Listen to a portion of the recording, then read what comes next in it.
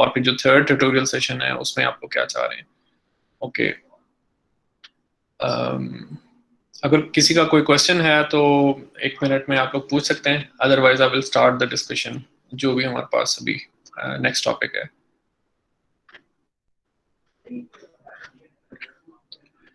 Okay, if there is no question, so let's get back to the technical debate. पिछले lecture में I think we spent a lot of time discussing the properties of the ROC. तो ROC क्या है? Region of convergence, which is affiliated with the Z transform expression. तो Z transform किस लिए use हो रही है? We are learning to compute the Z transform for what purpose? In order to study the discrete time signals and systems in a different way. तो आप discrete time signals और systems को time domain में भी analyze कर सकते हैं, but we want to take transforms for so many good reasons. तो जो traditional transform है, the most famous one which we all know, कम या ज़्यादा हम सबको पता है, तो that is DTFT for discrete time signals and systems. But there are other transforms as well, जैसे हम midterm के बाद वेवलेट ट्रांसफॉर्म्स या DCT वगैरह, डिस्क्रीट कोसाइन ट्रांसफॉर्म वगैरह डिस्कस करेंगे। लेकिन Z transform is also a popular choice for the DSP researchers for so many good reasons. तो उसकी जो रीजंस हैं वो ऐसा नजर आना शुरू हो जाएंगे। आई थिंक कि जो हमारा नेक्स्ट लेक्चर है on Thursday, so that will be the last lecture which will be devoted to Z transform, और फिर next week से will be moving to the next topic in our course, that is about multi-rate digital signal processing. तो you will see कि multi-rate DSP जो है, जब हम sampling rate कम या ज़्यादा कर रहे होते हैं तो वहाँ पे Z transform tools जो हैं they play a very fundamental role. तो कैसे होता है वो आप देखें, यानी कि just keep waiting for that. Mid term के बाद भी यही है कि जब हम फिल्टर डिज़ाइन और फिल्टर स्ट्रक्चर डिज़ाइन की बात करेंगे तो वहाँ पे भी Z ट्रांसफॉर्म के ज़रिए आपको काफ़ी सारी जो है वो अंडरस्टैंडिंग आपकी डेवलप होगी अबाउट डिस्क्रीट टाइम सिस्टम्स जो कि फ्रीक्वेंसी सिलेक्टिव फिल्टर्स होते हैं। तो वंस अगेन ये थोड़ी बहुत यानी कि जो मोटिवेशनल स्पीच है वो करनी पड़ती है to keep you guys focused कि जो चीज़ हम कर रहे हैं तो इट इज़ नॉट आर्बिट्रेरी, यानी कि एक फोकस्ड डिस्कशन है, एक फोकस्ड एजेंडा है जिसको हम आगे लेके चल रहे हैं। ओके, तो Z ट्रांसफॉर्म जो है वी सेट के Z ट्रांसफॉर्म के भी कन्वर्जेंस के इश्यूज हैं। What does that mean? It means के जो हमारे पास नया जो वेरिएबल है जिसको हम Z वेरिएबल कहते हैं, which is a complex frequency variable, तो for all values of Z, x of Z does not exist.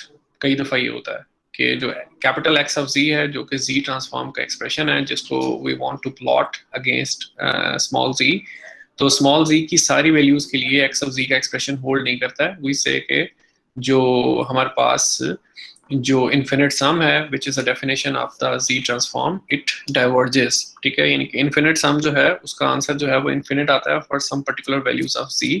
तो वी से के Z transform does not converge for those values of Z। तो फिर reciprocal sense में कौन वो Z की वो वैल्यूज जिसके लिए Z ट्रांसफॉर्म कन्वर्ज हो रही है, तो उसको हम वो सारी वैल्यूज उनको हम कहते हैं रीजन ऑफ कन्वर्जेंस। तो ROC is typically a set. Set का मतलब ये है कि उसमें बहुत सारे पॉइंट्स होते हैं।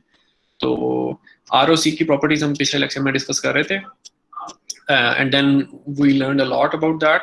यानी कि हमने देखा कि पिछले लेक्चर में कि क्वालिटेटिव सेंस में अगर आप प्रॉपर्टीज को याद कर लें या मेमोराइज कर लें, या if you find those properties written somewhere, तो बेस्ड अपॉन दोज प्रॉपर्टीज आप अपने सिस्टम अंडर कंसिडरेशन के बारे में बहुत सी अच्छी जो है वो बातें कर सकते हैं। You can have some good influence.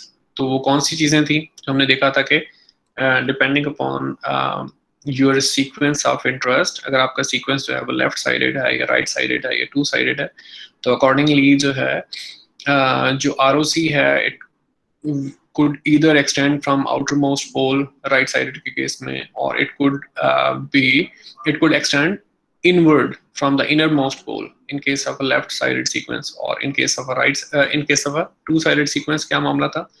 वो ये मामला था कि your ROC will be a ring। ठीक है, जिस रिंग का मतलब है कि दो कंसेंट्रिक सर्कल्स होंगे, उनके दरमियान का जो रीजन है, और वो जो कंसेंट्रिक सर्कल्स हैं they will be kind of defined by two poles. और फिर हमने ये देखा था कि पोल्स जो हैं they can never be part of your region of convergence. इस तरह से कुछ प्रॉपर्टीज हम लोगों ने और भी देखी थी कि अगर आपके पास FIR सीक्वेंस है, विच मीन्स कि ऐसा सीक्वेंस जिसकी बस फाइनाइट वैल्यूज हैं, it does not exist all the time, तो उस केस में जो रीजन ऑफ कन्वर्जेंस है it is whole Z plane. कुछ आपके पास एक्सेप्शंस आती हैं at origin and at infinity. तो और अकॉर्डिंगली फिर हमने ROC की जो प्रॉपर्टीज हैं उनको हमने लिंक किया था with what, with some important properties of LTI systems. तो LTI सिस्टम्स में कौन सी प्रॉपर्टीज में हमें इंटरेस्ट है? मेनली स्टेबिलिटी एंड कॉजेलिटी, क्योंकि दोनों चीज़ें हमें चाहिए। तो हम कॉजेलिटी और स्टेबिलिटी दो मुख्तलिफ परस्पेक्टिव से पहले देख चुके हैं। तो Z transform it gave us yet another perspective.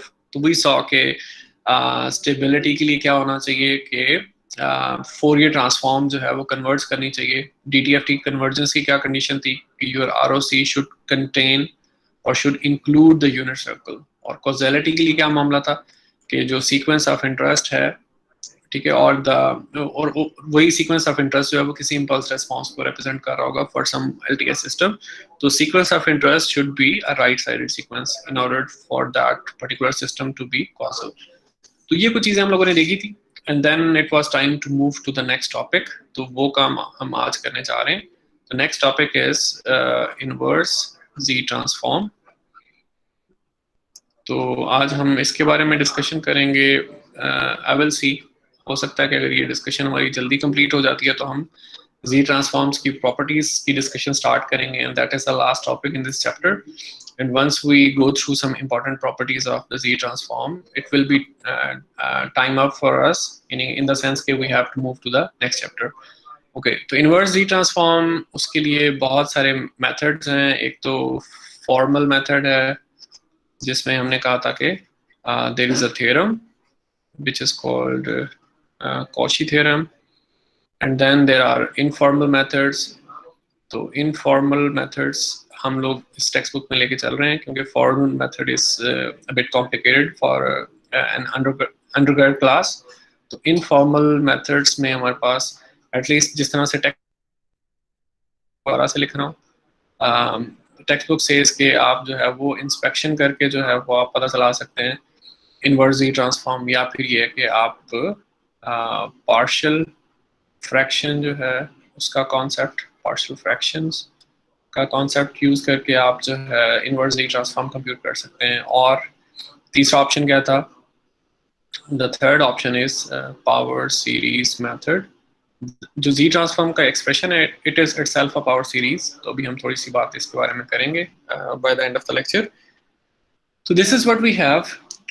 Inspection method यानी कि उसका सिंपली मतलब ये है कि आप मेमोराइज कर लें जो इंपॉर्टेंट पेयर्स हैं उनको आप मेमोराइज कर लें, और अगर उसमें थोड़ी बहुत ट्वीक्स हैं तो you can kind of overcome those issues. तो अब वो मेमोराइज करने का ये मामला है कि रफली ये कि आप कहें कि I know this particular transform pair, कि अगर ये जो एक्सपोनेंशियल सीक्वेंस है multiplied by unit step, if I take its unit if I take its Z transform, so I get 1 over 1 minus AZ inverse, and अभी left side पे आपको नजर आ रहा है कि sequence is a right sided sequence क्योंकि unit step function है। तो यू कैन इजीली डिक्लेयर के इसका जो ROC है वो क्या है, Z magnitude greater then A magnitude. तो इस तरह की चीज है।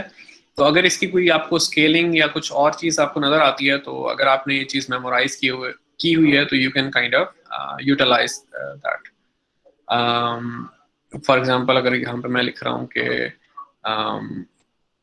15 1/4 n u of n, क्या आप मुझे इसकी Z ट्रांसफॉर्म बताएं। तो अगर आपने स्टैंडर्ड फॉर्म मेमोराइज की हुई है तो there is not much issue. 1 over 1 minus 1/4 Z inverse और Z मैग्नीट्यूड ग्रेटर देन 1/4, और आई थिंक वो जो स्केलिंग फैक्टर था 15 वो भी आ जाएगा, वो आपके पास न्यूमरेटर में आ जाएगा। तो इंस्पेक्शन मेथड जो है it is nothing more than that. Inspection method just says के either memorise the important pairs, या फिर ये है कि अगर आपको इंपॉर्टेंट पेयर्स का टेबल मिल जाता है तो उसको यूटिलाइज करके try to compute the inverse Z transform for any given expression, जो भी चीज आपने सॉल्व करनी है. तो we will not discuss much about it. तो we'll move to the next topic, which is Z transform using partial fractions expansion.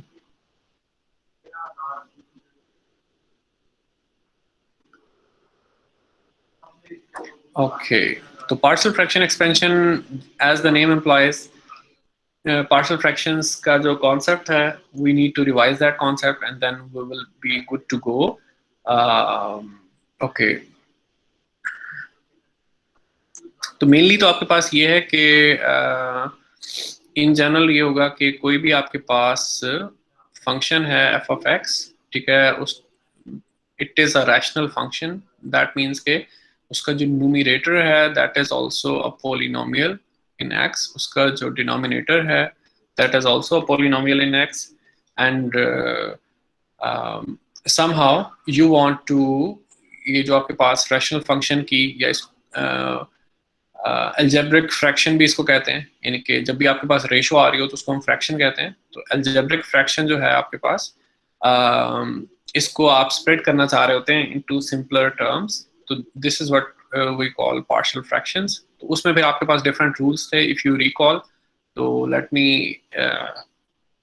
Highlight the crux of it. Okay, तो एक सिचुएशन आपके पास कुछ इस तरह की है कि f of x equals 2 over ये हम फर्जी एग्जांपल्स लिख रहे हैं, x plus 3 x minus 6. तो इसको आप जो है वो इस अलजेब्रिक फ्रैक्शन को आप लिखना चाह रहे हैं into the sum of simpler terms. हर सिंपल टर्म को फिर आप पार्शियल फ्रैक्शन कहते हैं. कि आप कह रहे हैं कि इसको, हमारा क्लेम है कि इसी चीज को हम लिख सकते हैं a over x plus 3 plus b over x minus 6, and a and b they need to be found. तो जब आप a और b पता चला लें तो you can proceed. तो इसी में एक एग्जांपल आपके पास और क्या बनती है, वो ये बनेगी कि you might have an f of x जो कि कुछ इस तरह से है.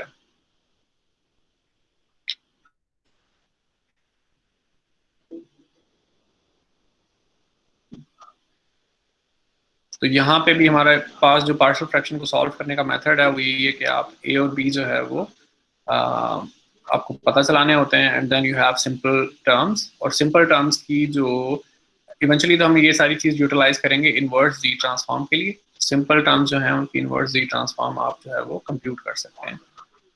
तो कुछ आपको अलजेब्रिक एक्सप्रेशंस इस तरह के मिल सकते हैं. और फिर अगली पॉसिबिलिटी क्या है, तो अगली पॉसिबिलिटी ओके, तो ये जो फर्स्ट पॉसिबिलिटी है तो इसमें हम हमारे पास एक चीज है कहने के लिए. What is that? हम कह रहे हैं कि ये जो भी अलजेब्रिक फ्रैक्शन है हमारे पास, इट्स अ प्रॉपर फ्रैक्शन. तो प्रॉपर अलजेब्रिक फ्रैक्शन कौन सी होती है? जिसमें जो डिग्री है न्यूमरेटर पॉलिनोमियल की, it is less than the degree of the denominator polynomial. तो अब ये चीजें मैं लिख नहीं रहा क्योंकि it will consume space and it will also slow down the things. तो ये जो दो एग्जांपल्स मैंने फर्जी लिखी हैं f of x की, तो ये दोनों प्रॉपर फ्रैक्शंस हैं क्योंकि इसमें जो न्यूमरेटर पॉलिनोमियल है उसकी डिग्री जो है वो डिनोमिनेटर पॉलिनोमियल की डिग्री से कम है. जैसे पहले एग्जांपल में न्यूमरेटर पॉलिनोमियल की डिग्री क्या है? 0. और डिनोमिनेटर पॉलिनोमियल की जो डिग्री है दैट इज 2.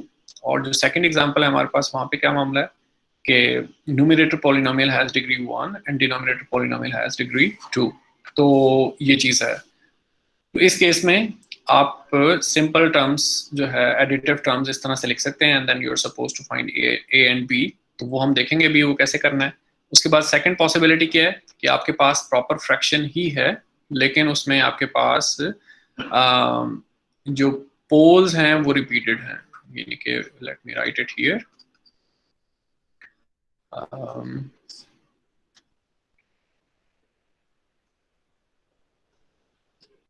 तो it is still a proper fraction. Numerator polynomial की डिग्री 0 है, डिनोमिनेटर पॉलिनोमियल की डिग्री 2 है. तो प्रॉपर फ्रैक्शन है लेकिन इसमें पोल्स रिपीट हो रहे हैं. पोल्स क्या हैं? जो डिनोमिनेटर पॉलिनोमियल के रूट्स हैं.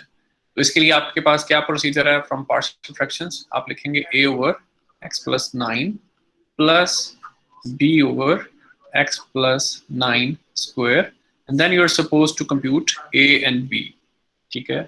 तो अगर आप ए और बी कंप्यूट कर लें देन यू आर डन। तो पार्शियल फ्रैक्शन में मेनली ये मामला होता है कि जो आपने हर पार्शियल फ्रैक्शन बनाई है तो उसके न्यूमरेटर पे जो कांस्टेंट है वो आपने पता चलाना है।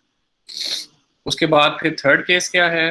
थर्ड केस ये है कि आपके पास इम्प्रॉपर फ्रैक्शन जो है वो आना स्टार्ट हो जाती है।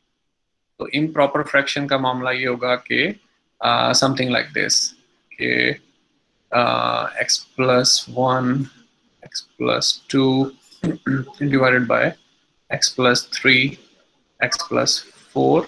तो अब ये इम्प्रॉपर फ्रैक्शन है, न्यूमरेटर पॉलिनोमियल की डिग्री भी 2 है, डिनोमिनेटर पॉलिनोमियल की डिग्री भी 2 है। तो इसमें आप लोग क्या करते हैं,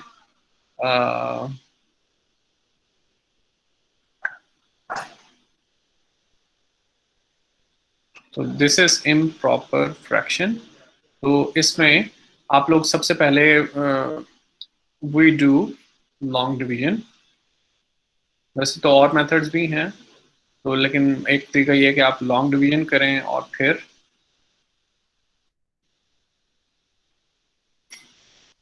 उसके बाद फिर आप जो है वो टिपिकल जो आपके पार्शियल फ्रैक्शन के जो कॉन्सेप्ट्स हैं वो आप जो है वो यूटिलाइज करें।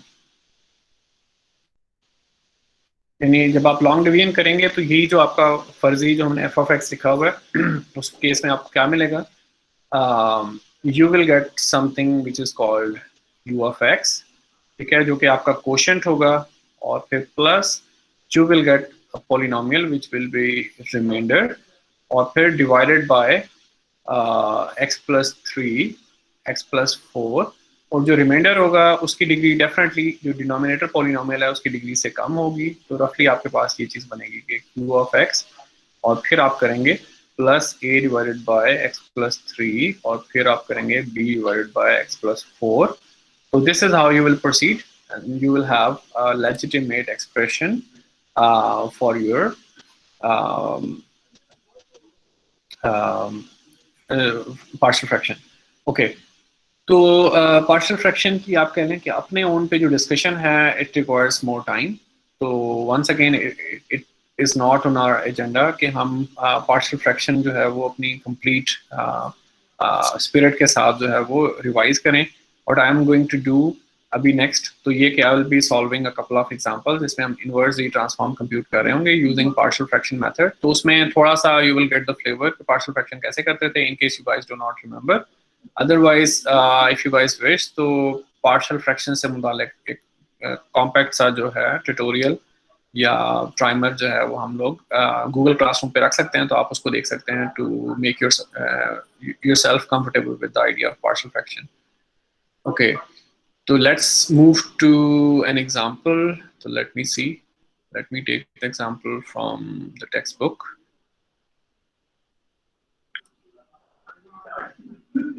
Okay, तो ये हमारे पास एग्जांपल है, तो let me go back.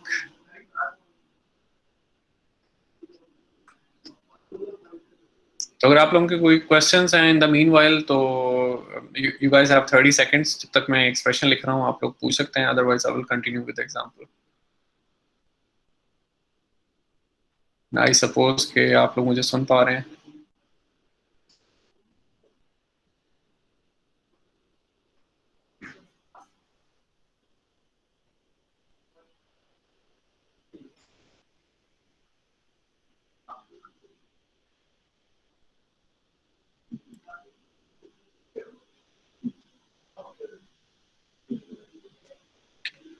Okay, तो ये हमारे पास z ट्रांसफॉर्म एक्सप्रेशन है। We are suppose to compute the inverse z transform, और ROC जो है वो भी गिवन है। और ये जो z ट्रांसफॉर्म एक्सप्रेशन है इसमें आपको किस चीज़ की क्लैरिटी है, यानी इसमें ये क्लैरिटी ज़रूर है इस z ट्रांसफॉर्म एक्सप्रेशन में।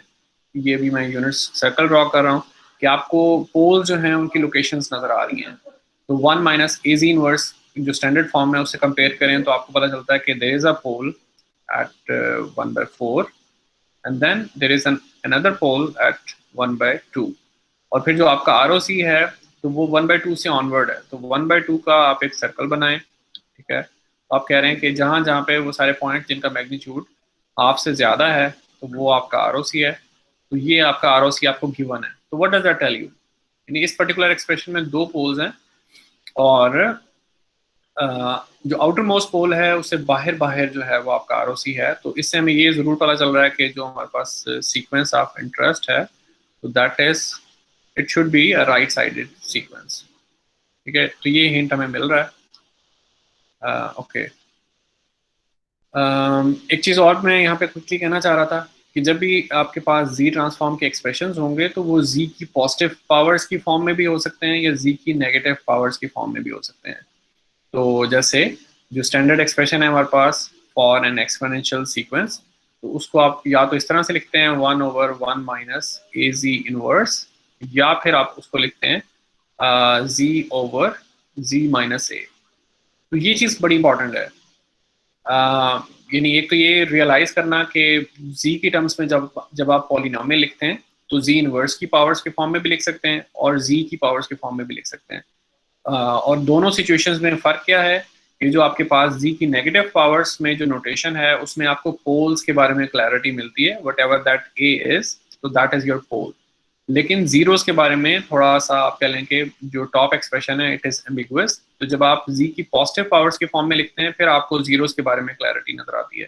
जैसे जो सेकंड एक्सप्रेशन है उसमें लिखा हुआ है जी और z minus a, that tells you कि there is a zero at z equal to zero. अब ये जो हमारे पास इस एग्जांपल में जो एक्सप्रेशन है इसमें आपके पास दो टर्म्स हैं जी की नेगेटिव पावर में। तो जब आप इन दोनों टर्म्स को जी की पॉजिटिव पावर्स के फॉर्म में लिखेंगे तो आपके पास दो जीरोस आएंगे एट ओरिजिन। तो कीप दैट इन माइंड कि जी की नेगेटिव पावर जो हैं उसमें आपको जीरोस के बारे में इंफॉर्मेशन नहीं मिलती है। You have to change it into positive powers of z in order to see के where are the zeros located.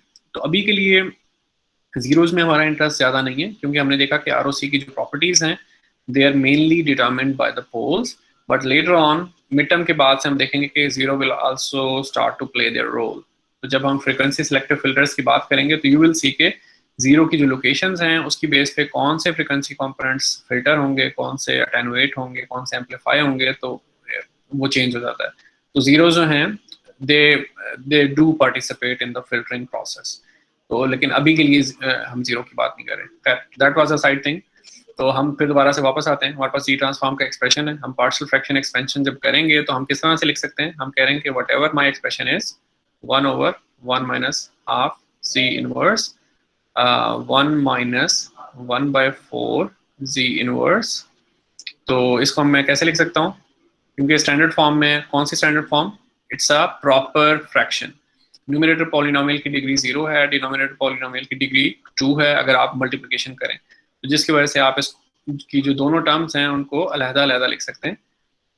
1/1 minus half z inverse b over 1 - 1/4 z inverse। तो you are done with your partial fraction once you are able to compute a and b।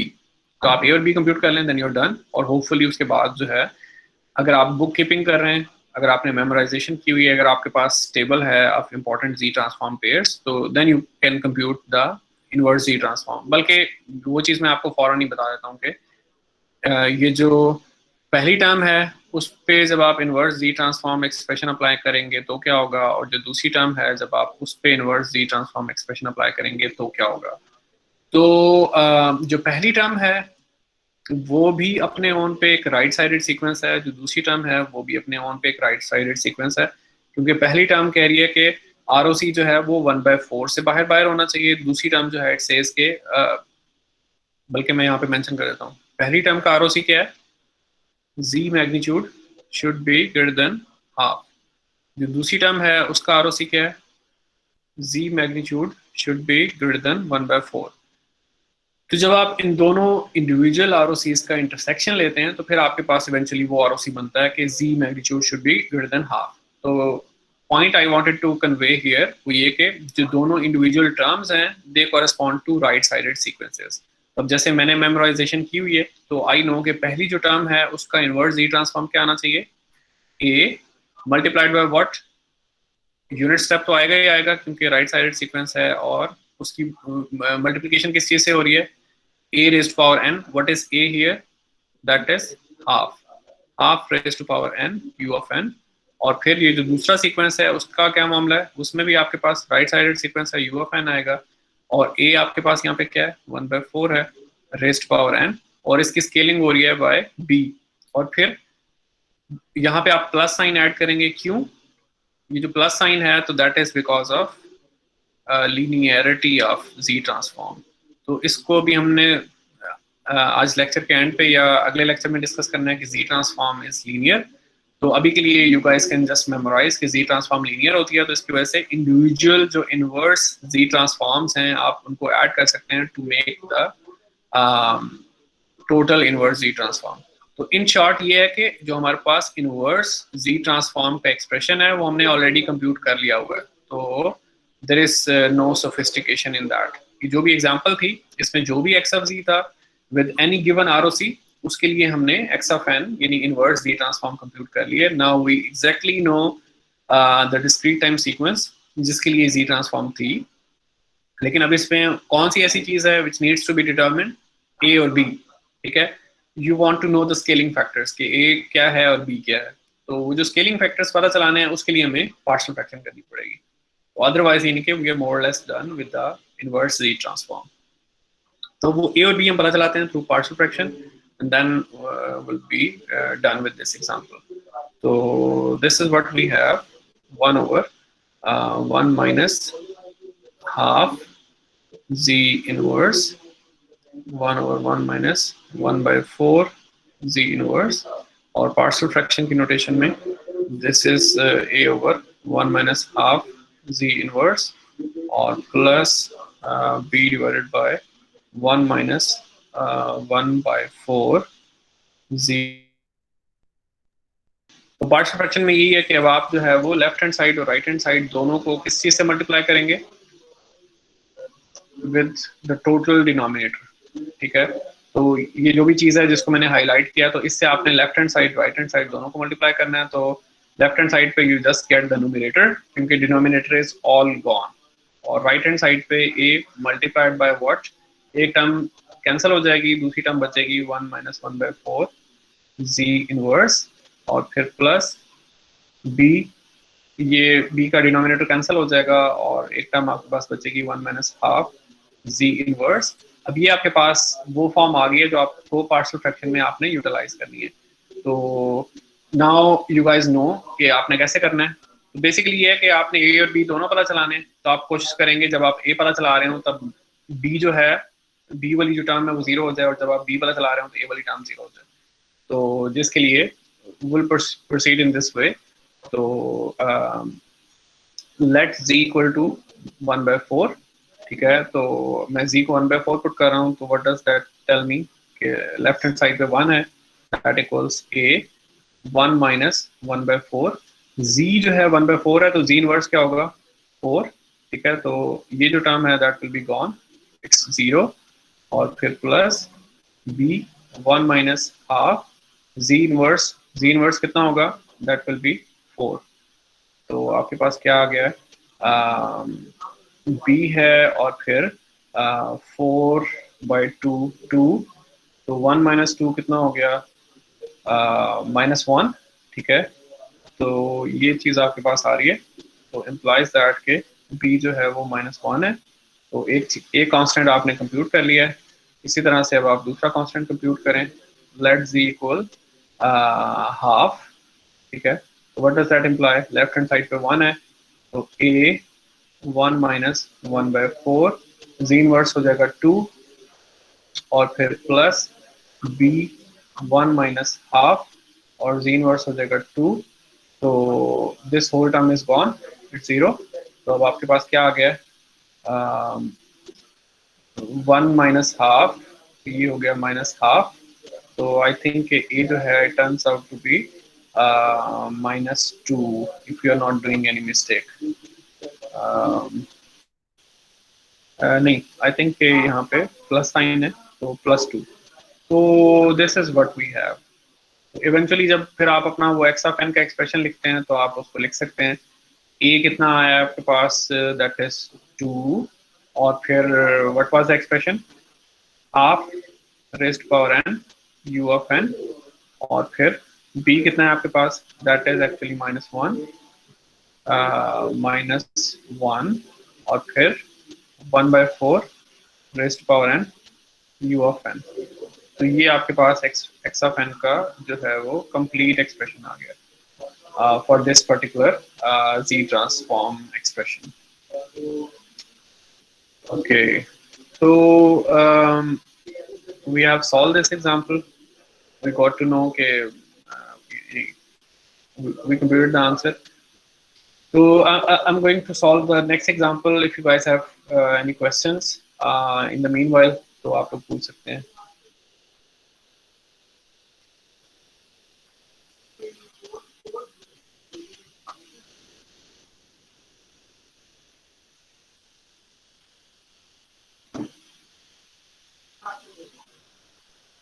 तो कोई questions हैं तो आप लोग पूछ सकते हैं. I'm writing the expression, so we have some time. I assume you guys are not sleeping. 1 minus 3 by 2 z inverse.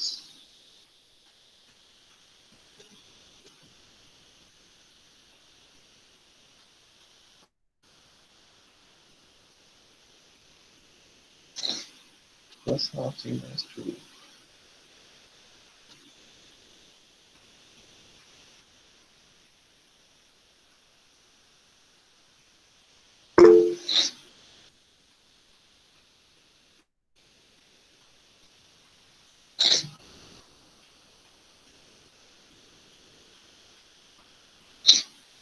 Okay. तो ये हमारे पास एक और एग्जांपल है जिसके जरिए हम मजीद थोड़ा सा इनवर्स जी ट्रांसफॉर्म को प्रैक्टिस कर सकते हैं यूजिंग पार्शियल फ्रैक्शन एक्सपेंशन.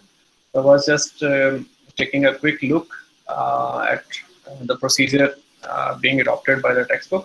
तो पार्शियल फ्रैक्शन के लिए तो वो आपके पास स्टैंडर्ड मैकेनिज्म है. सबसे पहले आप इस पर्टिकुलर जो अलजेब्रिक फ्रैक्शन है, जो भी रैशनल फंक्शन है, इसको आप देखें कि इज इट प्रॉपर और इम्प्रॉपर.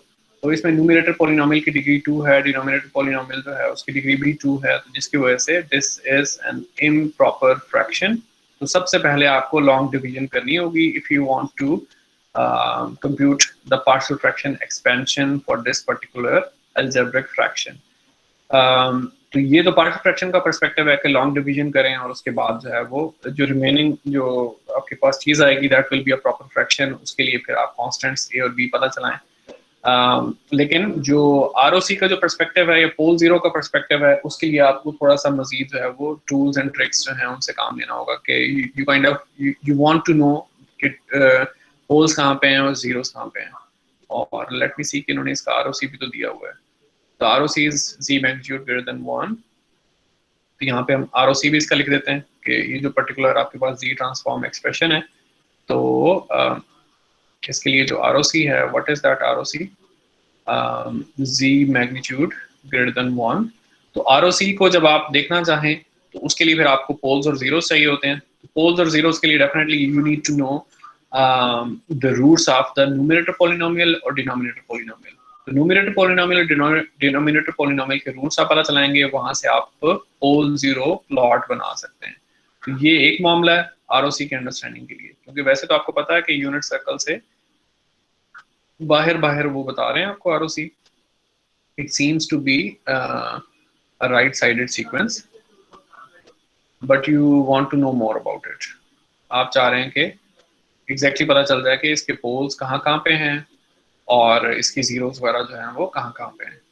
तो उसके लिए फिर आप न्यूमरेटर डिनोमिनेटर पॉलिनोमियल जो है उनके रूट्स पता चलाने की कोशिश करेंगे. इस केस में जो चीज़ आपको गिवन है तो दैट इज सिंपल एनफ. जो आपके पास न्यूमरेटर है तो दैट एक्चुअली उसमें आप एक स्क्वायर जो है वो कंप्लीट कर सकते हैं. तो अगर आप z इनवर्स प्लस 1 का स्क्वायर जब आप एक्सपेंड करते हैं तो you get the numerator polynomial. पहली टर्म और उसके बाद पहली टर्म का स्क्वायर, दूसरी टर्म का स्क्वायर और दरमियान में फिर उनका जो प्रोडक्ट है 2 टाइम्स ab. तो ये स्क्वायर का फॉर्मूला है a plus b square, a square plus b square plus 2ab. और डिनोमिनेटर में ये होगा कि आपको जो है वो डिनोमिनेटर पॉलिनोमियल के भी रूट्स आपको पता चलाने हैं. तो you have to proceed. Okay,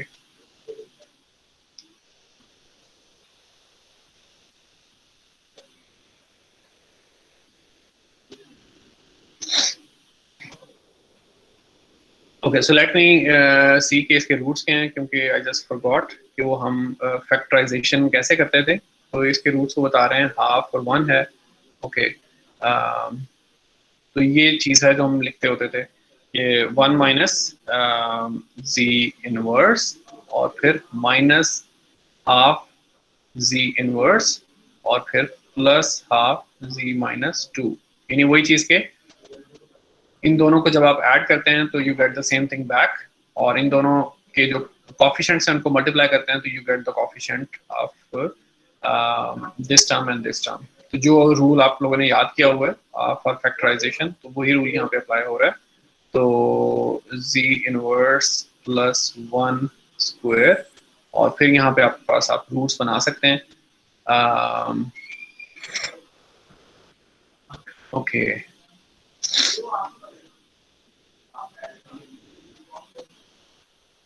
तो यहाँ पे आप 1 कॉमन लेंगे तो फिर आपके पास आ जाएगा 1 माइनस जी इनवर्स, और फिर यहाँ पे आप जो है वो I think half z inverse common लेंगे तो फिर आपके पास आ जाएगा 1 माइनस जी इनवर्स।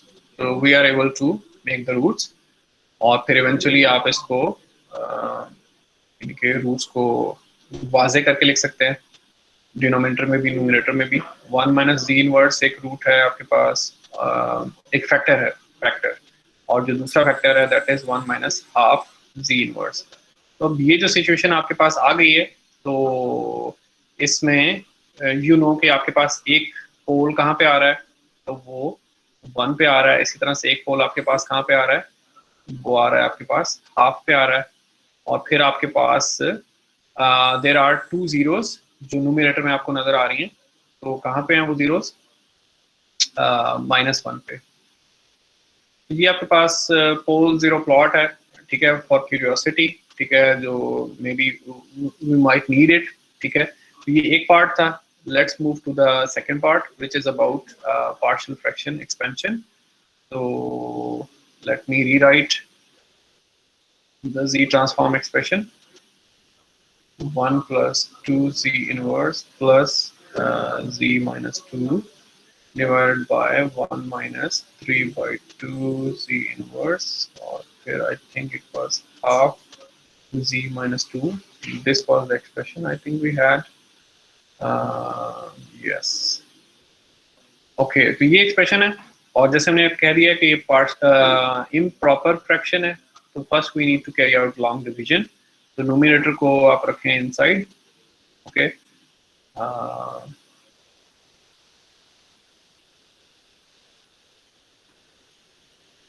और जो डिनोमिनेटर है that will stay outside, 1 minus 3 by 2z inverse plus half z minus 2। और अब आप देखें कि what you need to do, तो आपको 2 से मल्टीप्लाई करना है मेरे ख्याल में, at least this is what I can see. तो 2 से जब आप हाईएस्ट टर्म को मल्टीप्लाई करेंगे 2 into 1 by 2, तो आपके पास z minus 2 बचेगा। तो ये चीज़ plus minus that term will get cancelled, और फिर 2 को आप नेक्स्ट टर्म से मल्टीप्लाई करेंगे तो you will get 3 with negative sign जो कोफिशिएंट है, और फिर आपके पास आ जाएगा z इनवर्स और फिर साइन चेंज, और इवेंचुअली क्या है आपके पास 2 into 1, तो दैट इज 2 और प्लस और माइनस, और 1 minus 2 आपके पास कितना आ गया, -1, और फिर 2 plus 3 आपके पास कितना है, तो दैट इज 5z इनवर्स। तो व्हाट इज दिस, ये आपके पास है कोशेंट z इनवर्स की फॉर्म में, ठीक है, क्योंकि z इनवर्स आपका जो पॉलिनोमियल है उसको रिप्रेजेंट कर रहा है, और ये वो के पास क्या है, ये रिमाइंडर है z इनवर्स की फॉर्म में, ठीक है। तो और व्हाट वाज दैट, इसको आप लिख सकते हैं डिनोमिनेटर पॉलिनोमियल z इनवर्स की टर्म में, और ये बाकी चीज आपके पास क्या थी inside this thing, that was numerator polynomial. तो इवेंचुअली आपने लॉन्ग डिवीजन के बाद x of z को कैसे लिख लिया है, this is basically quotient plus remainder और डिवाइडेड बाय डिनोमिनेटर पॉलिनोमियल। तो ये चीज आपके पास आ गई है। तो कोशेंट क्या है, यहाँ हमारे पास quotient turned out to be 2, और फिर रिमाइंडर क्या है, -1 प्लस 5z इनवर्स और डिवाइडेड बाय रिमाइंडर क्या है आपके पास, नहीं जो डिनोमिनेटर पॉलिनोमियल है 1 minus 3/2 z inverse plus half z minus 2। तो लॉन्ग डिवीजन हो गई है तो काफी सारा मामला सिंप्लीफाई हो गया। अब मजीद आपने कुछ करना है 2 plus 5z inverse -1 divided by, और डिनोमिनेटर के रूट्स अभी हमने थोड़ी देर पहले पता चलाए थे। तो एक रूट था 1 माइनस z इनवर्स, एक फैक्टर, और जो दूसरा फैक्टर था that was half z inverse. मेरे ख्याल में यही था, लेट मी चेक। जी, तो वी हैव रीच्ड हियर। और अब हम आगे, जो आप कह लें कि इट्स अ लेबोरियस प्रोसेस, लेकिन ये हमें करना है, being engineers we can not skip it. 5z inverse -1 है divided by 1 minus z inverse 1 minus half z inverse. तो फिर आप इसको कैसे लिख सकते हैं, वही चीज़ के अब आपके पास प्रॉपर फ्रैक्शन है, आप कहेंगे a डिवाइडेड बाय पहली term 1 minus z inverse plus b divided by second term which is 1 minus half z inverse. तो अब इसमें वही है कि हम ये कर सकते हैं कि ये जो सारी चीज़ है हम सिर्फ इसको कंसीडर करना शुरू कर दें, यानी कि ये वाली चीज़ for the ease of analysis, और जो 2 ऐड हो रहा है ये जो टर्म है इसको हम अभी के लिए भूल जाते हैं, बाद में हम इसको रिकॉल करेंगे, that will make the things easy for us. तो इवेंचुअली अगर आप पुराने स्टेप्स रिकॉल करें तो आप क्या पता चलेगा, आपने जो कॉमन डिनोमिनेटर है, जो कंप्लीट डिनोमिनेटर है, जिसको एलसीएम भी आप कह सकते हैं, आपने उससे डिवाइड किया तो आपके पास ये इक्वालिटी जो है वो आ गई है 5z inverse -1 a multiplied by 1 minus half z inverse plus b multiplied by 1 minus z inverse. तो अब ऑनवर्ड जो है वो अब आप a और b कंप्यूट कर सकते हैं। Let z inverse be half, let z equal half, ठीक है, z हाफ है तो क्या आपको पता चलेगा, z हाफ है तो 5 और z इनवर्स कितना होगा, दैट विल बी 2 -1। ये लेफ्ट हैंड साइड थी, राइट हैंड साइड पे क्या है a 1 माइनस हाफ और z इनवर्स जो है वो 2 हो जाएगा, तो this whole thing will go away, और प्लस b 1 माइनस और z इनवर्स कितना होगा, तो दैट विल बी 2। तो 5 into 2 10, 10 minus 1 9 इक्वल्स b, और यहाँ पे आपके पास कितना आया -1, तो b जो है it turns out to be -9। और इसी तरह से फिर आप a कंप्यूट कर लें, let z equal 1 implies that k 5 minus 1 equals a 1 minus half plus b 1 minus 1, second term goes away, तो आपके पास क्या आ रहा है, a जो है यहाँ पे आपके पास हाफ बचा है और दूसरी तरफ आपके पास 4 बचा है, 4 into 2 I think it is 8। तो ये चीज़ आपके पास आ गई है। तो इवेंचुअली आपके पास जो टोटल एक्स ऑफ z है वो क्या है, तो दैट इज 2 प्लस a है 8 divided by 1 minus z inverse और minus 9 divided by 1 minus half z inverse. तो यहाँ तक हम आ गए, तो उसके बाद तो it is pretty easy to compute the inverse z transform. Linearity इस्तेमाल करें और अपनी मेमोराइजेशन इस्तेमाल करें तो you will be able to get the expression for the inverse Z transform 8 1 minus Z inverse. I hope you guys are with me. It was nothing very difficult, and it just needs some practice. तो अब जब आप inverse Z transform apply करेंगे वो हर term पे आप अलहदा apply करेंगे, and eventually because of linearity आप जो इंडिविजुअल टर्म्स हैं you can add them together.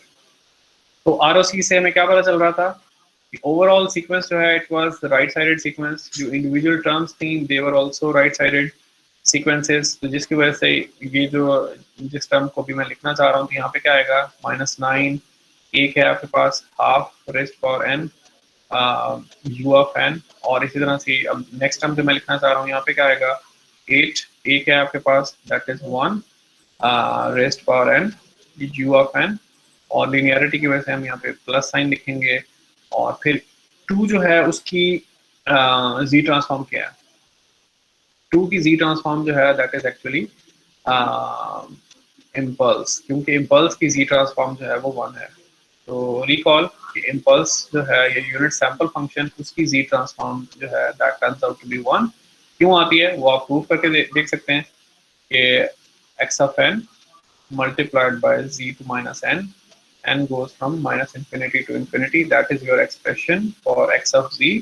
तो यहाँ पे आप x of n के बजाय del of n लिखें, z to minus n लिखें, और फिर ये समेशन देखें, तो यू विल सी के जब इम्पल्स से कोई भी चीज़ मल्टीप्लाई होती है तो एवरीथिंग डिसअपीयर्स। कौन सी चीज़ बचती है, जो आपके पास फंक्शन होता है, ये सीक्वेंस होता है, तो उसकी value where the impulse is located, eventually आपके पास इसका आंसर जो है वो 1 आएगा। तो in short we have computed the inverse z transform, ठीक है, for the given sequence। तो ये हमारे पास ये चीज आ गई है। तो let me know if you guys have any questions so far, ठीक है, otherwise we'll move to the next topic which is यही चीज z transform, inverse z transform compute करने के लिए जो आपके पास एक और अल्टरनेट मेथड है, पावर सीरीज सर जी बताएं। सर जो हमने अभी एग्जांपल की है इसमें जो सिस्टम है ये अनस्टेबल है। इसमें ये जो हमने एग्जांपल की है हाँ जी इसमें हाँ क्योंकि जी हमारा जो पॉलिसी था दैट वाज ग्रेटर देन 1 जी की जी वैल्यू, तो यूनिट टोटली इंक्लूड होगा, ये अनस्टेबल होएगा। हाँ जी, स्टेबिलिटी को अगर हम देखें तो डेफिनेटली अगर आपके पास पोल जो है वो यूनिट सर्कल के ऊपर है, तो पोल तो हम इंक्लूड नहीं कर सकते आरओसी में, तो दैट मीन्स कि यूनिट सर्कल इंक्लूड नहीं होगा। यूनिट सर्कल अगर इंक्लूड नहीं होता है तो दैट मीन्स के डीटीएफटी एग्जिस्ट नहीं करती है, और कोई भी सीक्वेंस जिसके लिए डीटीएफटी एग्जिस्ट नहीं करती है तो दैट सीक्वेंस इज अनस्टेबल। तो जब वो सीक्वेंस किसी सिस्टम का इम्पल्स रिस्पॉन्स होगा तो that means that particular system is unstable. जी ऐसे ही है। Thank you sir.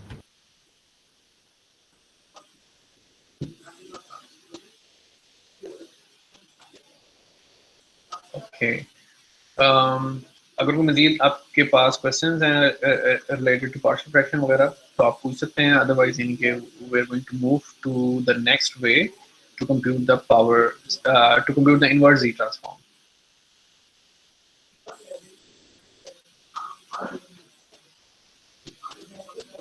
तो जी ट्रांसफॉर्म का जो हमारे पास डेफिनेशन है, जो फॉर्मल एक्सप्रेशन है जी ट्रांसफॉर्म का, what is that, x of n z to minus n goes from minus infinity to plus infinity।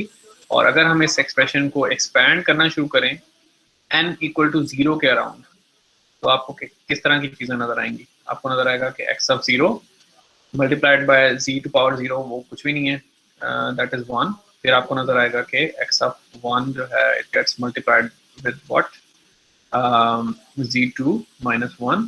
फिर आपको नजर आएगा कि x of 2 जो है it gets multiplied by z to minus 2, x of 3 जो है it gets multiplied by z to minus 3 and so on, जितनी मर्जी टर्म्स आप लिखते हैं। और लेफ्ट साइडेड पे भी ये मामला कि आप देखेंगे कि x of 1 जो है it gets multiplied by z, और फिर आप देखेंगे कि x of 2 जो है it gets multiplied by z square, और फिर आप यहाँ पे भी डॉट्स लिख के बता सकते हैं कि it doesn't and here, it keeps going. तो ये आपके पास जी ट्रांसफॉर्म का जो इन्फिनिट सम है आपने सिर्फ उसको एक्सपैंड किया। तो ये जो चीज़ भी आपको एक्सपैंड होके नजर आई है तो मैथमेटिशियंस जो हैं they call it a power series. क्या मतलब है कि आपके पास जी की पावर्स हैं जो कि माइनस इन्फिनिटी से प्लस इन्फिनिटी तक जा रही हैं, ठीक है, और फिर ये कि इट्स अ पॉलिनोमियल इन जी, यानी कि जी की पावर चेंज हो रही है, और जो हर जो पावर है उसका जो कॉफिशेंट है व्हाट इज दैट, जो आपका सिग्नल ऑफ इंटरेस्ट है या सीक्वेंस है एक्स, उसकी जो मैग्नीट्यूड्स हैं, तो यानी इट्स अ पॉलिनोमियल इन जी। और जी की जो पावर्स हैं उनकी स्केलिंग कहाँ से हो रही है, जो एक्स के जो सैंपल्स हैं उनकी वैल्यूज। तो इट्स अ पावर सीरीज, और पावर सीरीज की भी डिफरेंट कैटेगरीज हैं, उनमें से it's a specific one which is Laurent series, but it is once again for record keeping, nothing more than that. तो ये चीज़ है। अब ये कि अगर हमने ये पता चला लिया कि एक्स ऑफ जी, जो जी ट्रांसफॉर्म के लिए जो फॉर्मूला है that is a power series, ये फॉर्मूला एक पावर सीरीज को रिप्रेजेंट करता है, और कई दफा हम इसको ज्योमेट्रिक सीरीज भी कहते हैं। तो ये सारी चीज़ें अपने ऑन पे ठीक हैं, all those perspectives are right. तो अगर हमने पता चला भी लिया कि पावर सीरीज है, तो व्हाट्स नेक्स्ट, कि अब हम इसका क्या करें। तो वो ये है कि पावर सीरीज मेथड जो है इट रियली हेल्प्स फॉर दो सीक्वेंसेस विच आर FIR। जब कभी भी आपको एक FIR सीक्वेंस जो है मिलेगा, तो उसके लिए जो इम्पल्स रिस्पॉन्स कंप्यूट करना it's quite easy and straight forward using power series method. तो ये फॉर एग्जांपल, तो अब हम यहाँ पे लिखते हैं कि एक्स ऑफ जी जो है दैट इज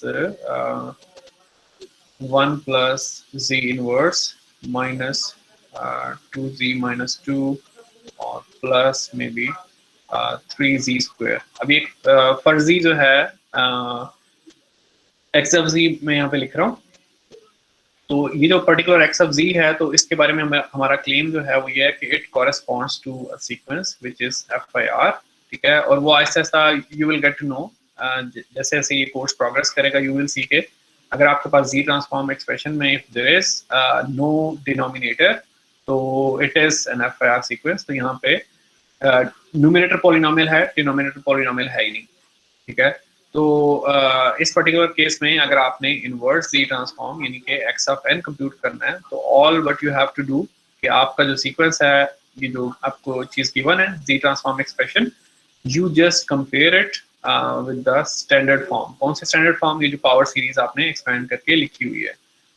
ओके, तो उससे आपको क्या पता चल रहा है? ये जो वन है उसकी इनवर्स जी ट्रांसफॉर्म क्या बनेगी? Del of n. और इसी तरह से जो z इनवर्स है उसकी जो इनवर्स z ट्रांसफॉर्म है that is del n minus 1, और जो z माइनस 2 है जो उसकी इनवर्स z ट्रांसफॉर्म है that is del n minus 2। और स्केलिंग फैक्टर्स भी आप साथ साथ लिखेंगे।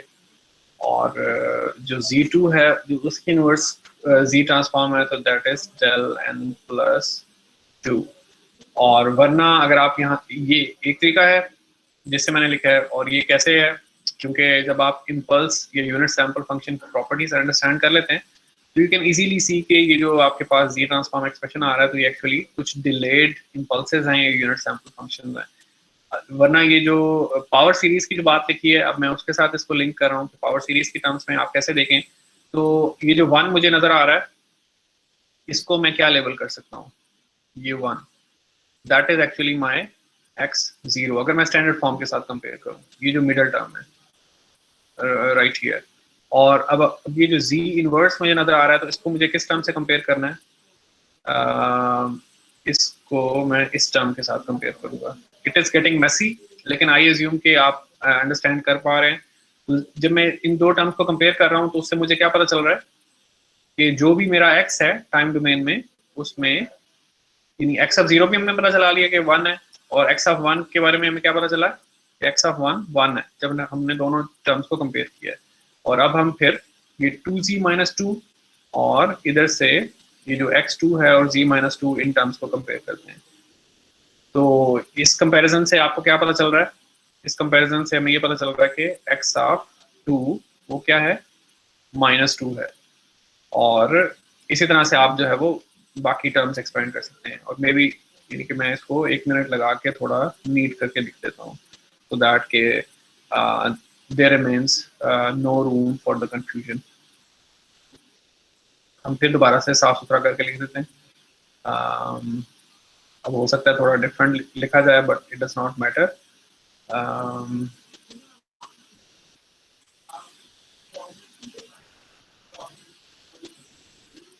फॉर एग्जाम्पल हमने ये लिखा है, और जो हमारे पास स्टैंडर्ड फॉर्म है उसमें क्या मामला है कि मिडिल में आपके पास x ऑफ 0 आता है, और फिर क्या है? x ऑफ 1 z इनवर्स, और x of 2 z minus 2 and so on जितनी भी टर्म्स हैं, और नेगेटिव साइड पे क्या है, x of -1 z plus x of -2 z square, और फिर प्लस, और फिर आपके पास बहुत सारे टर्म्स हैं। अब आपने बस ये कंपैरिजन करना है, ये जो कांस्टेंट टर्म है ये कौन सी चीज होनी चाहिए, दैट शुड बी x0, इसका कंपैरिजन x0 से होना चाहिए। तो यानी कि आप दो पॉलिनोमियल्स को आपस में कंपेयर कर रहे हैं, तो पॉलिनोमियल्स की जो सेम पावर्स हैं वो आप मैच करते हैं, तो आप कोएफिशिएंट्स पता चला लेते हैं। तो x ऑफ 0 आपके पास 1 आ गया है। अब x ऑफ 1 कैसे पता चलेगा, वो ये कि जो -1 जो पावर है उसको आप कंपेयर करें स्टैंडर्ड फॉर्म में -1 पावर के साथ, तो आपको क्या पता चल रहा है कि x ऑफ 1 कितना है, -2।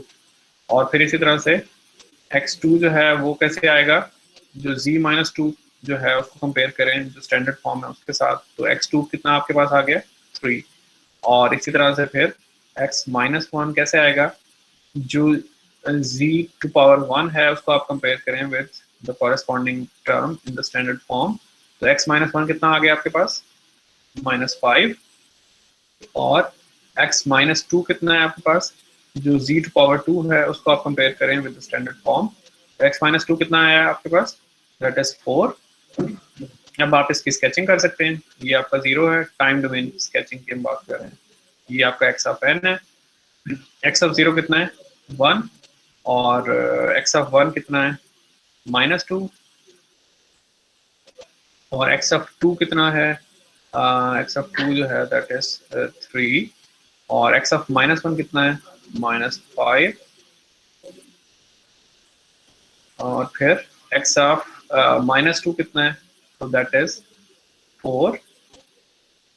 तो ये चीज, तो आपने ये x ऑफ n स्केच कर लिया है, और अल्टरनेटिवली आप किसी x ऑफ n को इम्पल्सेस की फॉर्म में कैसे लिख सकते हैं, आप लिखेंगे वही चीज के -4 मैग्नीट्यूड की इम्पल्स कहाँ पे है, ये यूनिट सैंपल कहाँ पे है, n-2 पे, n+2 पे, और फिर +4 एम्पलीट्यूड की, और -5 एम्पलीट्यूड की इम्पल्स, ये यूनिट सैंपल फंक्शन कहाँ है, n+1 यानी कि -1 पे, और फिर आपके पास एक यूनिट सैंपल फंक्शन कहाँ पे है, n=0 पे, एक और यूनिट सैंपल फंक्शन कहाँ पे आपके पास, n=1 पे, जिसको del n-1 लिखेंगे, उसकी स्केलिंग कितनी हुई है, तो दैट इज -2, और फिर एक और आपके पास टर्म है which is eight n=2, del n-2 लिखेंगे, और उसकी स्केलिंग कितनी है, तो that is being scaled by 3। तो आप चाहे अपने x ऑफ n को मैथमेटिकल एक्सप्रेशन अगर आपने लिखना है तो in the form of unit sample function जो कि डिलेड है और स्केल्ड है लिख लें। स्केचिंग करनी है तो उसके लिए आप जो है वो डायरेक्टली कंपेयर कर सकते हैं, जो भी आपके पास z ट्रांसफॉर्म एक्सप्रेशन था आपने उसको डायरेक्टली कंपेयर किया with the standard form and then you got these result. तो FIR सीक्वेंसेस के लिए जो पावर सीरीज एक्सपेंशन मेथड है तो वो आप यूटिलाइज कर सकते हैं। तो काइंड ऑफ ये कि आप स्टैंडर्ड फॉर्म से कंपेयर करते हैं और ये भी एक तरह से इंस्पेक्शन मेथड ही बन जाता है।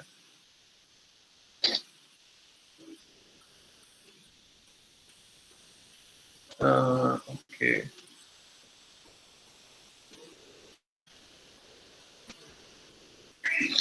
तो ये वो डिस्कशन है जो हम लोग गो थ्रू कर चुके हुए हैं पावर सीरीज एक्सपेंशन से मुतालिक, और हमने एक आध इनके फर्जी एग्जांपल हम लोगों ने खुद सॉल्व भी कर लिया है। अब यहाँ पे इक्वेशन 3.50 आपको नज़र आ रही होगी होपफुली। तो इस इक्वेशन में चीज़ें उस तरह से नहीं लिखी हुई हैं जैसे मैंने आपको लिख के दी हैं। तो वंस यू तो इसमें कोई ऐसा इशू नहीं है। If you get multiple factors जो कि आपस में मल्टीप्लाई हो रहे हैं तो what's the easy way, just multiply all of them to get the next equation. तो ये जो अगली इक्वेशन आपको नज़र आ रही है उसकी मल्टीप्लिकेशन के बाद आपको ये चीज़ मिलती है जिसमें आप सारे फैक्टर्स को मल्टीप्लाई करके एक जो आपका लमसम जो पॉलिनोमियल है यू गेट दैट पॉलिनोमियल। जब आपके पास वो पॉलिनोमियल आ जाता है तो फिर आप उसको स्टैंडर्ड फॉर्म से कंपेयर करके आप इजीली जो इनवर्स जी ट्रांसफॉर्म है वो लिख सकते हैं। और FIR सीक्वेंसेस की बात हो रही है तो इसलिए आपने देखा होगा कि यहाँ पे उन्होंने ROC भी जो है वो इतना वाज़े स्पेसिफाई नहीं किया। वो क्यों नहीं किया? क्योंकि ROC के प्रॉपर्टीज में से एक प्रॉपर्टी ये भी थी कि जब आपके पास सीक्वेंस ऑफ इंटरेस्ट जो है वो FIR है, फाइनाइट ड्यूरेशन का है, तो उस केस में सारी की सारी जी प्लेन जो है that becomes region of convergence. Exception कहाँ पे आती है, ओरिजिन पे आती है और इन्फिनिटी पे आती है, वो आपको केस बाय केस बेसिस पे देखना पड़ता है। तो अदरवाइज यानी कि आरओसी का जो मामला है इट गेट्स सिंप्लीफाइड। ओके, तो अब हमारे पास एक आध और कुछ और एग्जांपल्स हैं टेक्स्ट बुक में, तो they are kind of not very illustrative, तो जिसकी वजह से आई एम हेजिटेटिंग कि मैं उनको राइट डाउन करूं, लेकिन still I want to pass my comments on them. तो यहाँ पे अब एक जी ट्रांसफॉर्म एक्सप्रेशन आपको नजर आ रहा होगा इक्वेशन 351 में।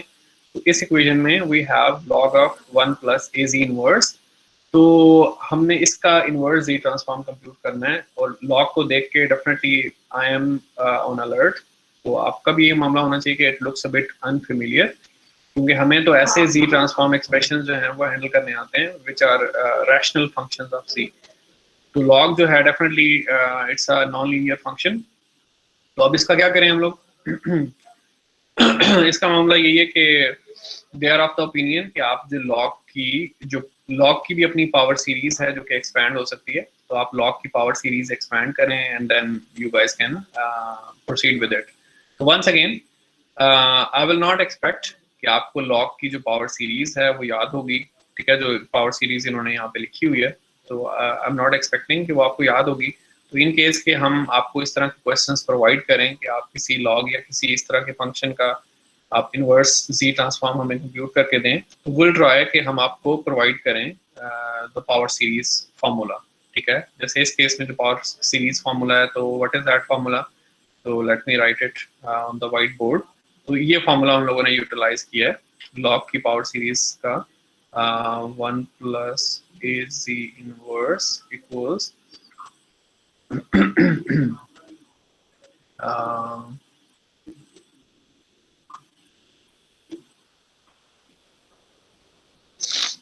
what was that formula? Even I do not remember that.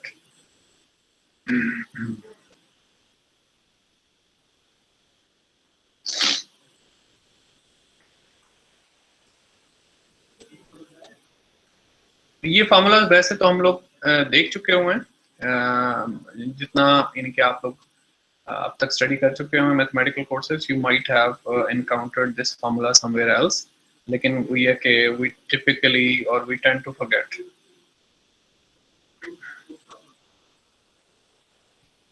तो once this formula is given, ठीक है, एक दफा जब आपके पास ये फार्मूला गिवन हो, then you guys can actually easily proceed. फिर तो आप ये कह सकते हैं कि ये जो सारी चीज है तो that is my x of n, और फिर आप इसको स्टैंडर्ड फॉर्म से कंपेयर कर सकते हैं कि आप कहते हैं कि जी ट्रांसफॉर्म की डेफिनेशन है ये वो अप्लाई हो रही है, और ऑल ऑफ अ सडन आपको पता चलता है कि you have got your answer. Inspection से ही आपको पता चल गया कि व्हाटएवर दिस टर्म इज, तो दैट इज योर आंसर। तो जैसे आप लोग देख रहे हैं कि I am not very appreciating it, क्योंकि इसमें मेन चीज जो मेन हर्डल है वो यही है कि समहाउ ये जो बुक कीपिंग है वो आपको करनी है, तो which is difficult for us to do. तो अगर हम लोग आपसे इस तरह का कोई क्वेश्चन पूछते हैं, तो ये जो पर्टिकुलर कोई फॉर्मूला है जो हेल्प करेगा आपको इस सिचुएशन में, तो विल प्रोवाइड दैट। ओके, अब एक और इंटरेस्टिंग चीज है which is again food for thought, ठीक है, यानी कि there are some mathematical tricks as well, जो भी एनालिसिस वगैरह हम लोग कर रहे होते हैं, तो such kind of things are always for motivated students and not for everyone। तो यहाँ पे मामला है कि जो हमें जी ट्रांसफॉर्म का एक्सप्रेशन नजर आ रहा है इक्वेशन 353 में, तो ये जो 353 में जो एक्सप्रेशन है, by now I memorise it, यानी मुझे ये चीज याद है, I am familiar with it. What kind of expression is that, यानी कि कौन सा ऐसा सीक्वेंस है जिसका ये जी ट्रांसफॉर्म एक्सप्रेशन है, तो it is actually exponential sequence जो कि राइट साइडेड है, यानी कि इसको देखने से पता चल रहा है कि जो x ऑफ n है that is a to power n u of n, ठीक है। तो it is in standard form और it is kind of a popular z transform expression, तो आई रिमेंबर इट। लेकिन यहाँ पे वो उसको रिपीट एक्सरसाइज को क्यों कर रहे हैं, they want to compute the inverse z transform using power series method. तो सिर्फ इसलिए एग्जांपल जो है वो दोबारा डिस्कस हो रही है। सर जी बताएं। सर ये एक दफा डिवीजन के बारे में थोड़ा बताइएगा कैसे ये कौन सी? सर ये जो इस एग्जांपल में हुई है, ये अभी तो हमने की नहीं है, तो ये हम करते हैं तो हम इसको देखते हैं। Okay sir. यानी कि I am going to talk about it. तो x ऑफ z हमारे पास गिवन है 1/1 माइनस a z इनवर्स, और इसका ROC भी गिवन है कि z magnitude is greater than a magnitude, और हमें बाय नाउ याद हो चुका हुआ है कि इसका जो इनवर्स z ट्रांसफॉर्म है तो that is a sequence which is a right sided sequence, exponential sequence as well, a to power n u of n। लेकिन अब हम चाह रहे हैं कि हम पावर सीरीज मेथड के जरिए यही x ऑफ n जो है वो हम कंप्यूट करें। लेकिन वो जो पावर सीरीज मेथड है उसके बारे में मैंने आपको क्या बताया था कि उसकी जो एक्चुअल पावर है या जो उसकी सिंप्लिसिटी है वो कब है, फॉर FIR सीक्वेंसेस। लेकिन अब ये जो सीक्वेंस हमारे पास है, what kind of sequence it is an IR sequence, ये FIR नहीं है। तो जिसकी वजह से it's not straight forward to use the power series method. Nevertheless, यानी कि since authors are very fluent mathematicians, Oppenheim और शेफर की बात कर रहा हूँ, तो they like to point out such details. तो ये कह रहे हैं कि आप के पास इवन दो कि ये z ट्रांसफॉर्म एक्सप्रेशन जो है ये तो बज़ाहिर एक रैशनल फंक्शन लिखा हुआ है जिसमें एक न्यूमरेटर पॉलिनोमियल है, डिनोमिनेटर पॉलिनोमियल है। वो कह रहे हैं कि आप इस रैशनल फंक्शन की भी पावर सीरीज जो है वो आप एक्सपेंड कर सकते हैं यूजिंग लॉन्ग डिवीजन, कि आप न्यूमरेटर और डिनोमिनेटर की लॉन्ग डिवीजन करें और इन्फिनिट लेवल्स पे करें and eventually you will start to get a power series. अब वो हम यहाँ पे करके देख लेते हैं कि अगर हम कोशेंट 1 रखते हैं तो 1 + 1 that term will get cancelled, और एक टर्म और आपके पास कौन सी आ रही है, माइनस a z इनवर्स। तो आपके पास फिर ये चीज़ आ जाएगी a z इनवर्स, और फिर आप ये लॉन्ग डिवीजन जो है उसको चलाते जाएं। फिर आप कहेंगे कि अगली टर्म तो फिर a z इनवर्स होनी चाहिए, ताकि इसको मैं मल्टीप्लाई करूं तो ये टर्म जो है वो कैंसिल हो जाए। तो these are the mathematical tricks mathematicians like to play a lot. तो ये टर्म भी कैंसिल होगी, और फिर अगली टर्म आपके पास क्या आ रही है, a² z - 2 प्लस, और फिर आपके पास यहाँ पे आ जाएगा a² z - 2, और फिर आप कहेंगे कि अब मुझे अपनी जो अगली टर्म है वो क्या रखनी है, 1 + a² z - 2। तो आपके पास ये कैंसिल हो जाएगा और आप आगे चलते जाएंगे। तो यू कैन इमेजिन कि क्या हो रहा है यहाँ पे, कि इवेंचुअली आपके पास लॉन्ग डिवीजन से क्या चीज़ आपको मिलती है, जब भी आप, यानी कि हमारे पास लॉन्ग डिवीजन से पहले क्या होता है, there is a numerator polynomial and then there is a denominator polynomial। तो लॉन्ग डिवीजन के बाद आपको क्या मिलता है, you get a quotient, ठीक है, polynomial, and then you have a remainder polynomial which you divide by the denominator polynomial।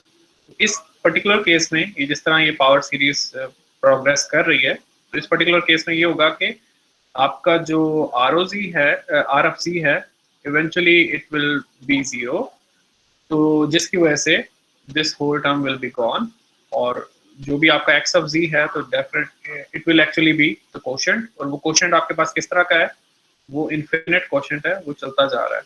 तो आपके पास ये चीज़ आ रही है 1 + az inverse plus a2 z - 2 plus जो अगली टर्म है वो a3 z - 3 है, एंड सो ऑन।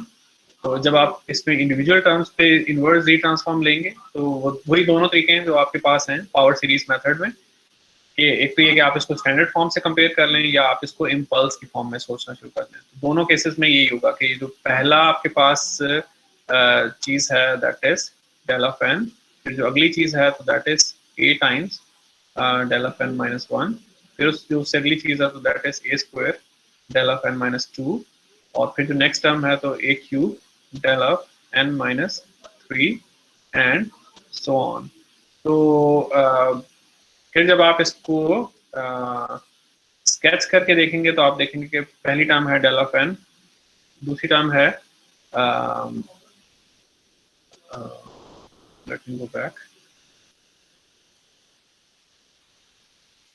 ओके, तो पहली टर्म का मैग्नीट्यूड 1 है, अगली टर्म का मैग्नीट्यूड a है, फिर उससे अगली टर्म का जो मैग्नीट्यूड है वो a² है, फिर उससे आगे a³ है जिसको हम प्लॉट ही नहीं कर सकते। तो इस चीज़ को, यानी ये जो चीज़ है x of n which is del of n plus a del of n minus 1 plus a square del of n minus 2 plus a cube del of n minus 3 and so on. तो इसी चीज को आप क्या लिख सकते हैं, आप कह रहे हैं कि looks like there is a unit step और उसकी स्केलिंग कैसे हो रही है a to power n के साथ. तो eventually you get the same thing जो आप इंस्पेक्शन मेथड के जरिए भी ले सकते थे, लेकिन आपने अभी जो है उसको इनडायरेक्टली ऑब्टेन किया through power series method. Okay, तो ये है.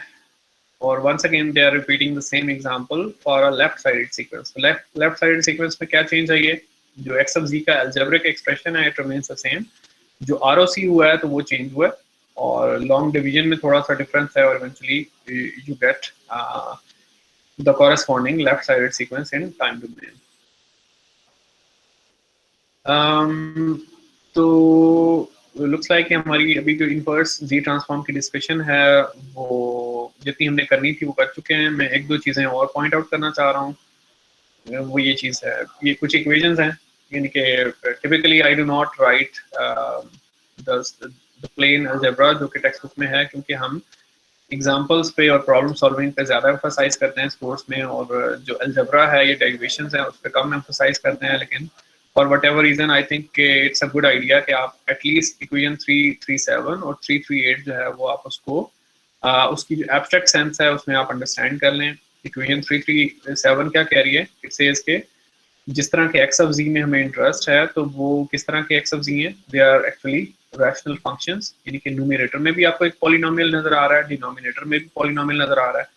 तो न्यूमरेटर पॉलिनोमियल की डिग्री कितनी है m और डिनोमिनेटर पॉलिनोमियल की डिग्री कितनी है कैपिटल N. तो दैट मीन्स के न्यूमरेटर पॉलिनोमियल जो है उसके कितने रूट्स होंगे, m रूट्स होंगे, यानी कि m जीरोस होंगी. और इसी तरह से जो डिनोमिनेटर पॉलिनोमियल है उसके जो रूट्स हैं वो पोल्स हैं. तो कितने पोल्स हैं इन जनरल, यानी कि इन जनरल किसी भी जी ट्रांसफॉर्म में कैपिटल M जीरोस होंगी, कैपिटल N पोल्स होंगे. और ये जो भी 3.37 इक्वेशन है, तो इस पॉलिनोमियल को जब आप एक्सपैंड करते हैं, यानी कि कुछ भी m और n फर्जी आप एज्यूम कर लें, तो जब आप इस पॉलिनोमियल को एक्सपैंड करेंगे तो आपको ऐसा जी ट्रांसफॉर्म एक्सप्रेशन मिलेगा जिसमें न्यूमरेटर में भी z की नेगेटिव पावर्स हैं और डिनोमिनेटर में भी z की नेगेटिव पावर्स हैं. लेकिन ये कि z ट्रांसफॉर्म का जो अलजेब्रा है वो z की पॉजिटिव पावर्स के साथ भी हो सकता है, z की नेगेटिव पावर्स के साथ भी हो सकता है.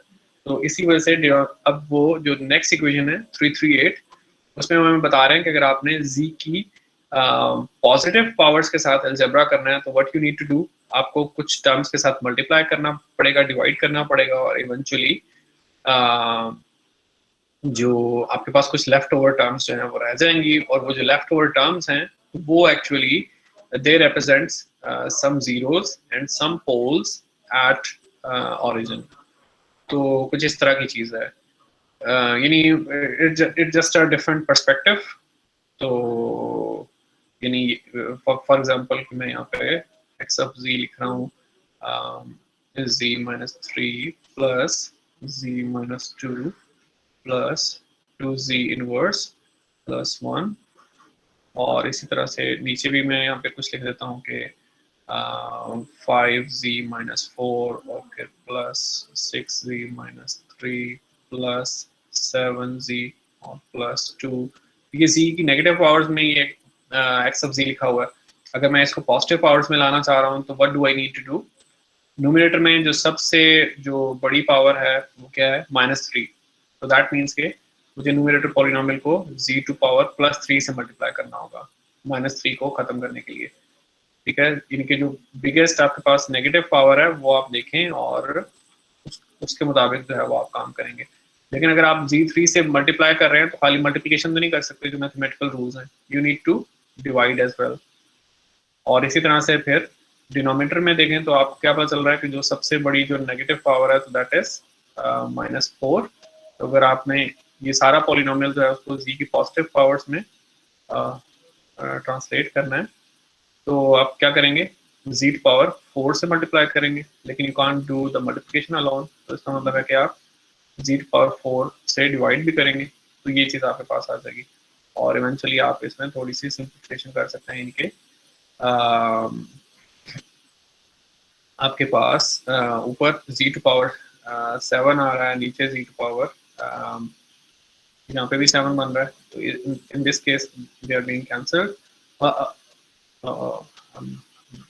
मिस्टेकन, कैंसलेशन नहीं करनी है बल्कि ये जो टर्म है तो अंदर जाएगी, ये आप मल्टीप्लिकेशन करेंगे to make the powers positive, तो I was doing the mistake. तो बाहर जो चीज़ आपके पास बचेगी तो z to power 4 divided by z to power 3 बचेगी, और फिर इनसाइड आपके पास क्या मामला होना है वो आप देख लेंगे। z टू पावर 3 को z की नेगेटिव पावर से मल्टीप्लाई करेंगे तो आपके पास क्या बचेगा, 4 बचेगा, प्लस z3 z माइनस 2 क्या बचेगा, आपके पास z बचेगा, और फिर प्लस 2, और फिर क्या होगा 2 बचेगा, और फिर z3। अब आपके पास जो न्यूमरेटर पॉलिनोमियल है वो z की पॉजिटिव पावर्स में आ गया। इसी तरह से नीचे भी 5 बचेगा, और फिर 6z, और फिर 7 z3, और फिर 2z4। तो ये है, और यहाँ पे जो सिंप्लीफिकेशन है उसके बाद आपको क्या चीज़ बच रही है इस सब के बाद, आपके पास एक चीज़ z जो है वो टॉप पे बचेगा, दैट मीन्स एक 0 आपके पास ओरिजिन पे है, और 3 मजीद जीरोज हैं जो इस पॉलिनोमियल के रूट्स आप फाइंड करेंगे पता चलेगा, और आपके पास 4 पोल्स हैं, जब आप इस पॉलिनोमियल के रूट्स पता चलाएंगे तो आपको पता चलेगा। तो इस तरह की कुछ चीज़ें हैं।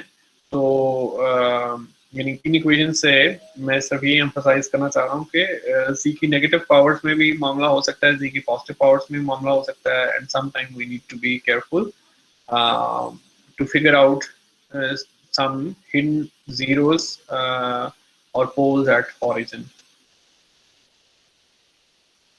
Okay. The next item on the agenda. अब हम अगली चीज पे आ गए, which are about the Z transform properties. कोई क्वेश्चन है तो आप लोग पूछ सकते हैं। मेक श्योर कि आप लोग अपनी जो अटेंडेंस है वो मार्क करें on Google classroom.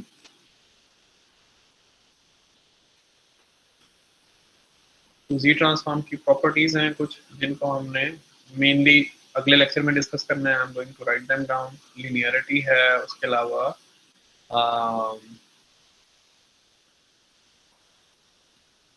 Time shifting है,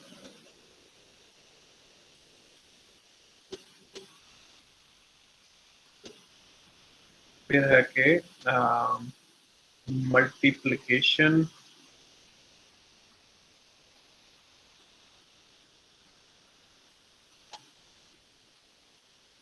बाय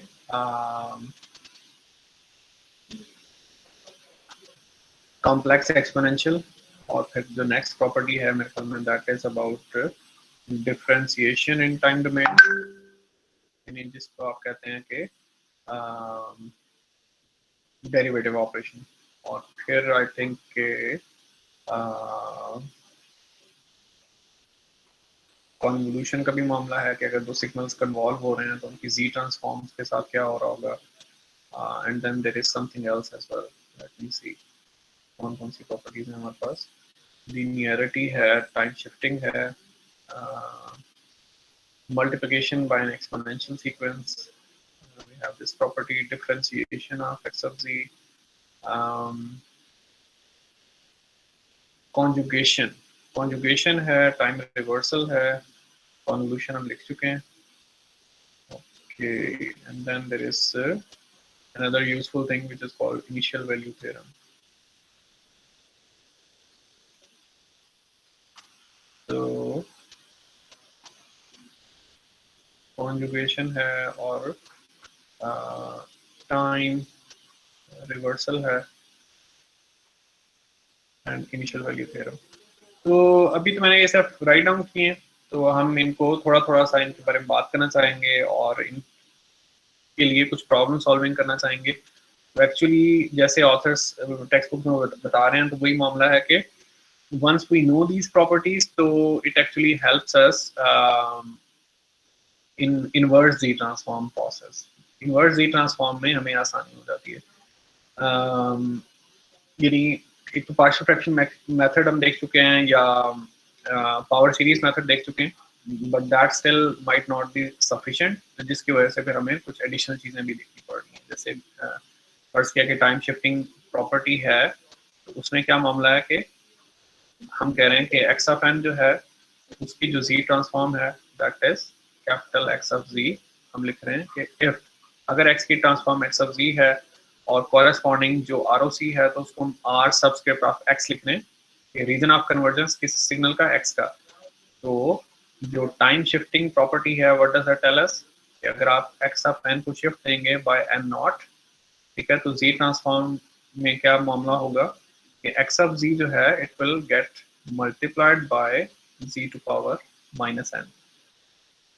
और जो आर ओ सी है, तो जो शिफ्टेड सिग्नल का जो आर ओ सी है इट रिमेन्स अनचेंज्ड, उसमें चेंज नहीं आ रही है।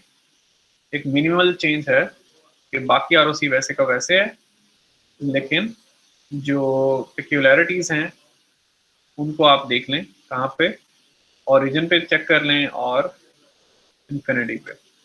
तो आर ओ सी की जो पेक्यूलैरिटीज हैं उस पर आप बाद में आ सकते हैं कि आर ओ सी में बज़ाहिर कोई चेंज नहीं है, सिर्फ ओरिजिन पे और इन्फिनिटी में मामला मुख्तलिफ हो सकता है। लेकिन मेनली ये चीज़ है कि ये आपके पास प्रॉपर्टी है जिस विच वंस यू नो, चाहे आप इसको मेमोराइज करें और चाहे हम आपको टेबल प्रोवाइड करें, and then you can utilize this property to solve a problem. तो जैसे अगर आपके पास एक एक्स ऑफ जी है विच इज 1 over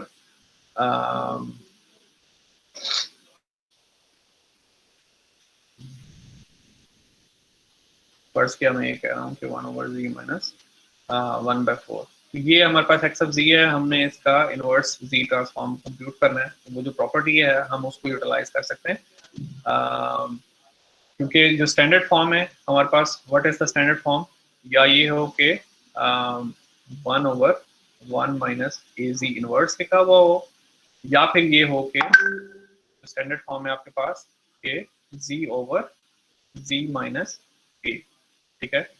तो ये मामला है आपके पास। तो आपको लग रहा है कि अगर स्टैंडर्ड फॉर्म में आपने इसको लाना है तो आपको इसको जी से मल्टीप्लाई करना होगा इस सारी चीज़ को, लेकिन फिर आपको जी के साथ डिवाइड भी करना पड़ेगा स्टैंडर्ड फॉर्म में लाने के लिए। अब ये स्टैंडर्ड फॉर्म में आ गया है, तो और ये जो 1 over जी है इसको आप लिख सकते हैं जी इनवर्स और multiplied by z over z minus 1/4। तो अब स्टैंडर्ड फॉर्म में ये अब आपके पास जो चीज़ है, what was that, it was actually, और यहाँ पे अगर हम आर ओ सी भी अज्यूम कर लें कि z magnitude is greater than 1/4, तो it was a right sided sequence, जिसकी वजह से आप लिख सकते हैं कि ए क्या है आपके पास 1/4 this for n u of n. तो ये ओरिजिनल सिग्नल था, ठीक है, और उसके साथ अब आपको ये चीज़ मल्टीप्लाई होती हुई नजर आ रही है जी इनवर्स। तो जी इनवर्स का क्या मामला है, जो भी हमने देखा कि अगर एक्स ऑफ एन है उसकी जी ट्रांसफॉर्म जो है एक्स ऑफ जी है, और फिर ऑल ऑफ अ सडन आपको ये नजर आ रहा हो कि एक्स ऑफ जी के साथ जी इनवर्स मल्टीप्लाई हो रहा है, तो what does that tell you about x of n? इसका मतलब है कि एक्स ऑफ एन में डिले आया था बाय मैग्नीट्यूड 1, ठीक है।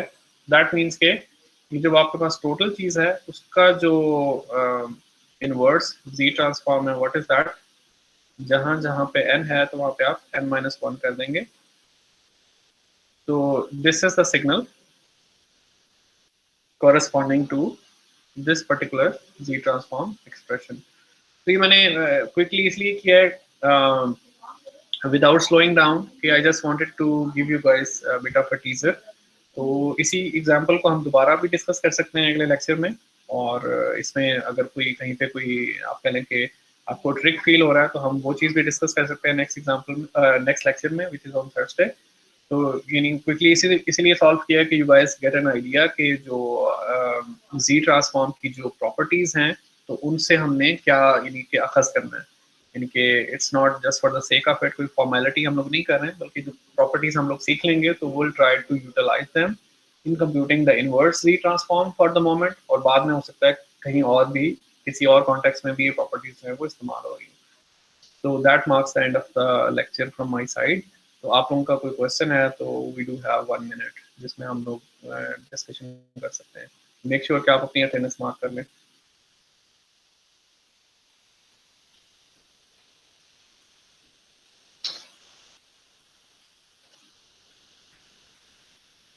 चले मैं फिर मजीद 30 सेकंड्स तक वेट कर रहा हूँ।